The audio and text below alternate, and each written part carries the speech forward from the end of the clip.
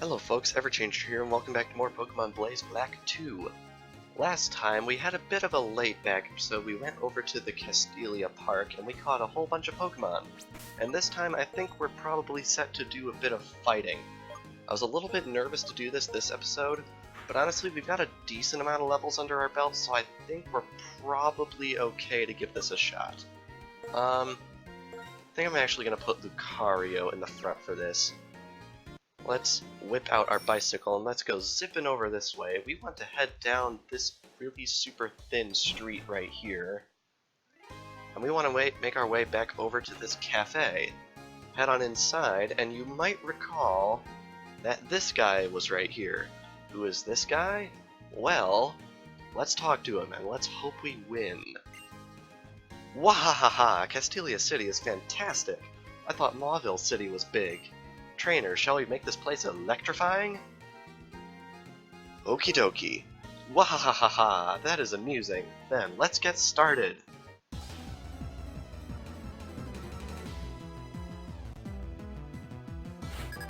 This is Watson, the gym leader of Mauville City in the Hoenn region. He is the third Hoenn gym leader we've encountered on our adventure, which is pretty awesome. Continuing the tradition of a Hoenn gym leader being found in every city with a Unova gym leader in it. Pretty awesome.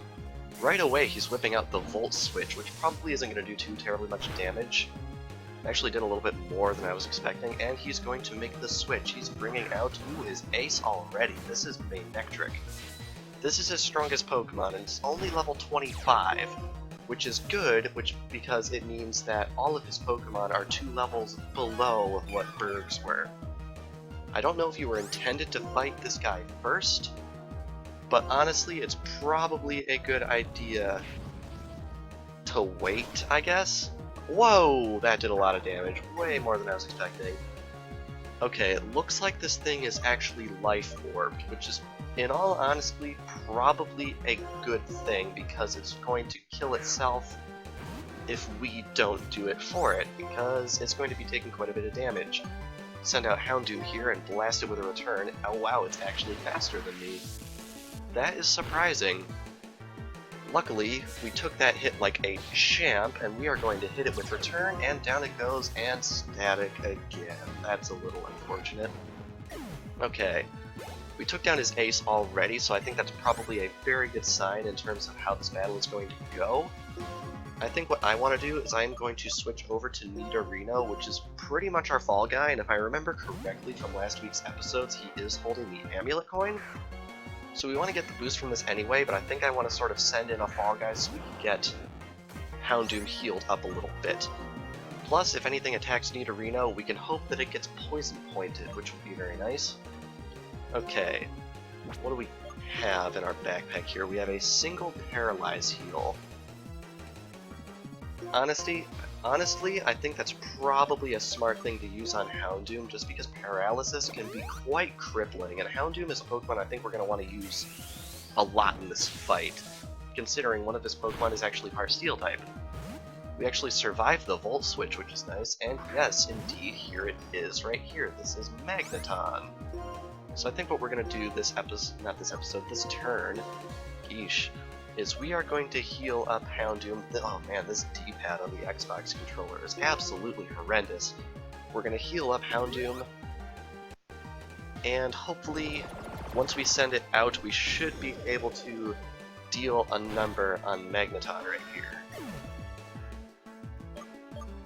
Hopefully this will go alright. Ever since that bird fight, I've sort of lost my confidence a little bit. We only have Ember on Houndoom right now, which is unfortunate, but it looks like we're actually faster, which is very good, because whoa, we got a critical hit. And we brought down Magneton in one hit. That is something I definitely needed. Wowee. Got that Voltorb coming out again. I think we're going to keep battling on this one, and hopefully we'll be able to finally bring it down. Let's use Return, because obviously it's going to deal a lot more damage, considering Voltorb isn't specifically weak to Ember. Yeah, that did a lot. And of course we got Static again. But honestly, I think that's probably okay, because since we healed off the first Paralysis, we were able to get in that hit on Magneton first.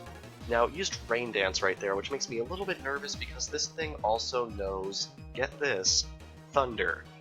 And he's probably going to use it this turn. Oh wow, he actually has a potion. That is surprising to me. I didn't know this guy had potions. Oh well. Luckily not every trainer in the game is like that, unlike a certain other hack we've played, but yep, there it is, Thunder. Very much not surprised. I believe that this Voltorb is also holding a Damp Rock, which will extend the duration of its Rain Dance, but luckily we were able to get another critical through the paralysis and take down Voltorb. This battle is going much better than the Berg fight, I'll say that much. Anyway, we've got Plusle, and I believe later on Minun coming out. I think I'm going to switch over to Victini for this. I don't really expect Plusle and Minun to do too much damage to my team. I feel like his biggest threats have already been dealt with, so I'm just going to send out Victini to sort of do, I guess, cleanup. As you can see, Plusle is holding an air balloon, which would be unfortunate if we were relying on its weakness to ground, but we are not, so we can just hit it with Flame Charge. And I believe if we hit it with anything, it'll pop the air balloon, so not that it's very much worth it. Got speed going up on Victini right here. Unfortunately, it looks like it's going to start using Thunder Wave on us, and unfortunately I have no way of healing that off. You know, I think I'm going to try using Headbutt here just because it has a chance of flinching, and I'd like to sort of exploit that because I feel like Electro Ball, once we get hit with enough of them, we're going to be tired of them.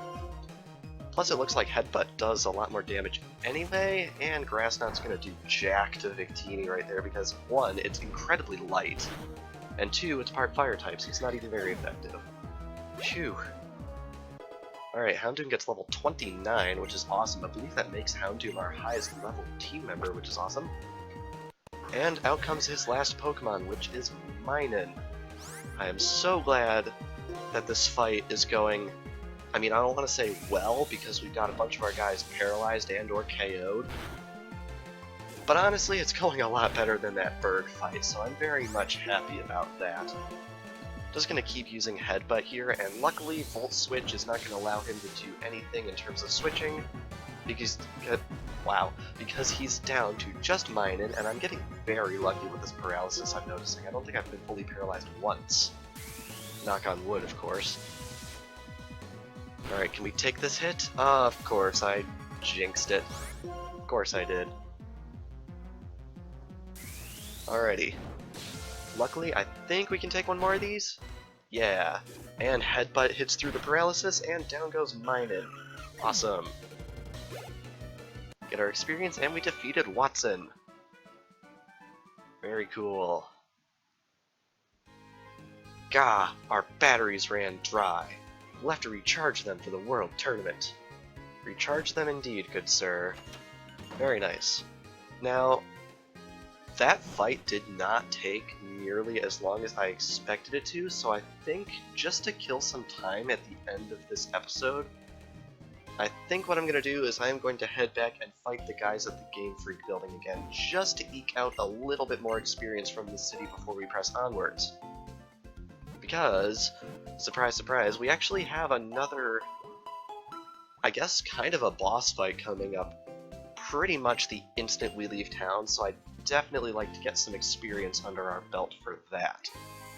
So, let's hop on our bike right here, and we are going to head on over to this road right here, and head back into the Game Freak building, because I want to get some experience from the Game Freak guys. So let's walk right up to this elevator, and we want the 22nd floor. There's all these really random numbered floors that you can go to in Castelia City. I have to wonder if any of them have significance, like if it's sort of an inside joke or anything. But anyway, let's fight the Snorlax trainer right here, and hopefully it will go alright. Because if I remember correctly, last time it actually went not poorly, but not great. But anyway, down comes Snorlax. It's only level 24, which is not too bad, but we have Lucario here. And I have a feeling Force Palm is going to do a number to this thing. Yeah, more than half. Very nice. Ooh, Heavy Slam. That's gonna hurt. Actually, that was not too bad at all. Probably a good thing I kept Lucario out front for this, because not to spoil anything, but that boss fight that we're going to be doing more than likely next episode does involve quite a few steel types. So I think using our fighting type prowess on those steel types is probably going to be to our advantage. Plus we also have a couple of fire types on our team, so I think we're probably pretty well rounded for that fight. Anyway, down goes Nishino. And are you the other guy? No, you're the other guy. Having a lot of battles. Let's battle you. Normally I would just sort of do these fights off screen, but I feel like I don't want to go and do a second boss fight in this episode, but I also don't want the episode to be like 10 minutes long. So I figured watching us, I guess, redo these fights probably better than we did them last time is probably alright for you guys, at least I hope it is. Alrighty. Yeah, Return takes down Blitzel in one hit. That is awesome. Super awesome. Oh yeah, I forgot, I gave Lucario the leftovers. That is a thing. Alright, we've got a Swoobat coming out, so I think what I want to do, since it is part Psychic, is I'm going to send out Houndoom and start biting this thing, because Houndoom has Bite, and Bite is super effective on Psychic, and you know the drill by now. Alrighty, let's nail it with a good, well-placed Bite, and yet another one hit. Very nice. I'm starting to really like Houndoom. I wasn't sure how far I was going to go with Houndoom, but it's really been pulling its weight recently. I'm probably going to keep a hold of it as long as possible. Still undecided on Victini, though. I feel like Houndoom has just been performing a lot better in battles. In fact, I think Victini honestly didn't do as much as I had hoped in the Berg fight, which is probably obvious considering I lost twice. So I'm a little undecided on that. If you have an opinion, leave in a comment, obviously, although they won't take effect until a few videos from now, because I record these in patches of 3. But yeah, I guess that's my plan at the moment. Defeated yet another Game Freak guy. And of course, we can always come back tomorrow if we so choose, although I record these weekly, so it's pretty much once a week, maybe twice if I record some on Saturday, some on Sunday. But I mean, we're pretty much done in Castelia City actually, and I'm not sure how often you guys want me to just come running back here on screen, so that's probably going to be the second to last time we see those fights, because they do actually get significantly stronger once you beat the game. Anyway, let's come in here and we shall heal up our Pokemon from that fight. And I think we'll be good to call this an episode, which is awesome. Restored our Pokemon to full health. Hope to see you again. I feel like this episode is still going to come in under 20 minutes. But hey, we fought Gym Leader Watson, which is pretty awesome, and we also got some more experience from the Game Freak guys. I think honestly it was probably a good last episode to spend entirely in Castelia City for a while. So now that we've done all that, next time on Pokemon Blaze Black 2 we are going to finally be heading northwards out of the city to see what awaits us beyond. I will see you guys next time.